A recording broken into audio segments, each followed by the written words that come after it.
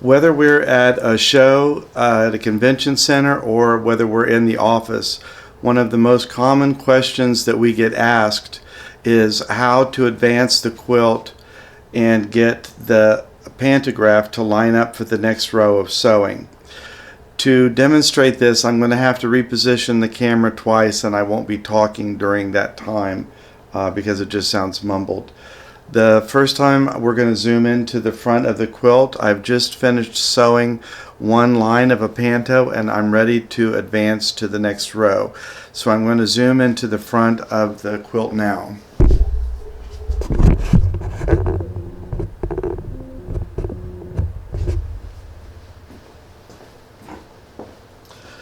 What you can see here is a line of the panto that I just finished sewing, and I have drawn a circle on the quilt just to illustrate the point that we're looking for.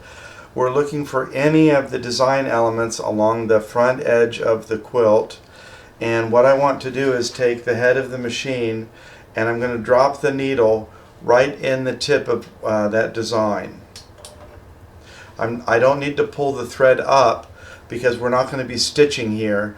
We're just anchoring the head of the machine into the quilt so that when we roll the quilt, the head of the machine will float with it.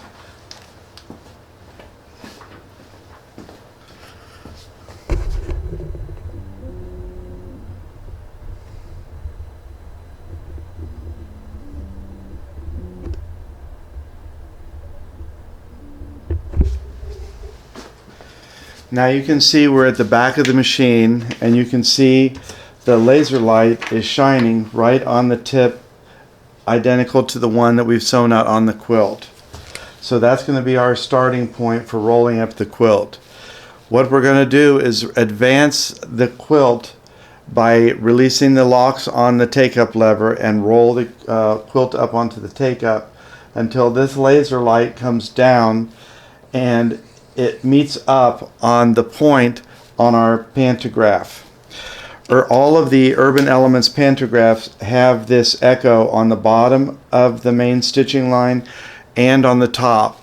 The whole point of these is to give you perfect alignment without ever having to touch the paper itself. So I'm going to go back to the front of the machine and release the locks on the take-up lever and the quilt roll-up, and you'll see the laser light's going to shine down in this direction. And I'm just going to erase that so you can actually see the red line.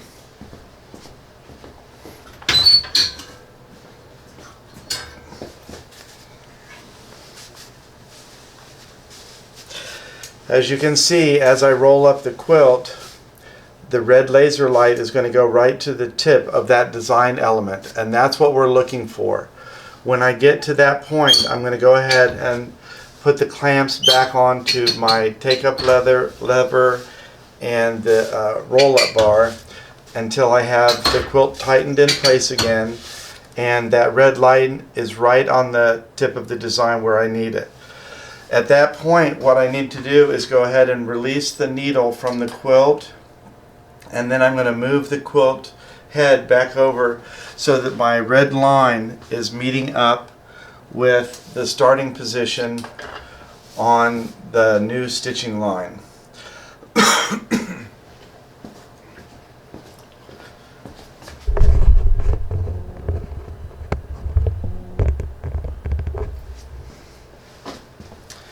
As you can see, I have the laser light at my startup position here, so that when I start sewing this row, it's perfectly distanced away from the previous row that I've already sewn, and you will just repeat this process every time you need to roll up the quilt.